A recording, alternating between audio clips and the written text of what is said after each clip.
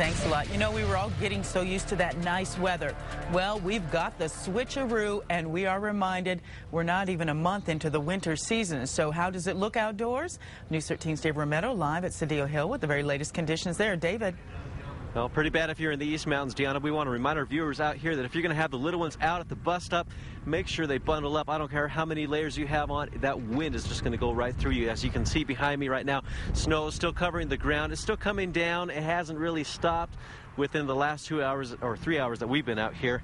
And for drivers in the city, back in Albuquerque, taking to the streets, they better get ready for a wet ride. And that's because the clouds opened up around 5 yesterday evening and continued off and on throughout the night, eventually leading to a constant shower around 2:30 this morning. That's expected to taper off later this morning, and it will be a cloudy day for the rest of the day.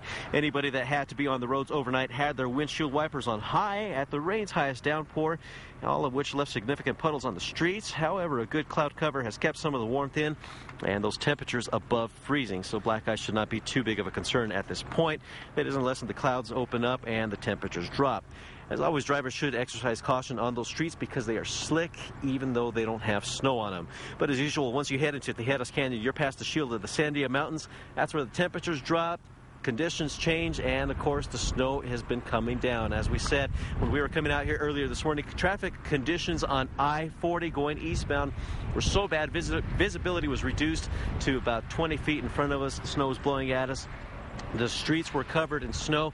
Traffic seems to be coming or passing through there quite nicely at this point. We saw several salt trucks going through, and we can see there's a layer of salt covering the freeway right now.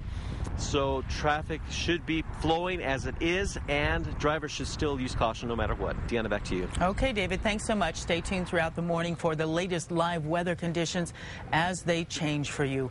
Of course, roads a concern. While the roads in the metro area are wet this morning, it is a different situation in other parts of the state where the snow is really coming down. News 13 Sarah Warlick live in the .com Center with the latest on those conditions. Sarah.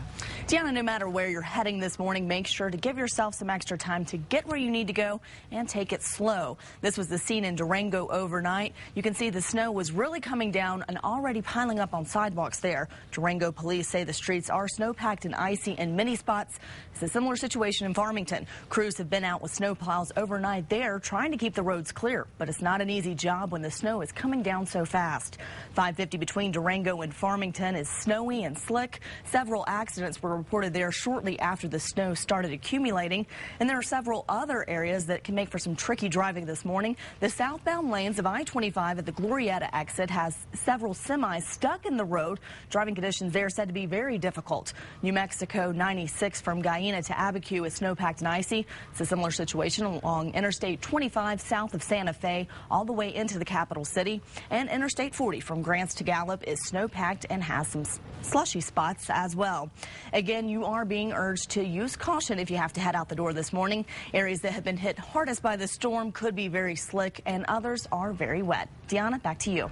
All right, thanks a lot, Sarah. And remember, things get slick as the temperatures drop right before sunrise. You can always call 511 for the latest on road conditions throughout the state.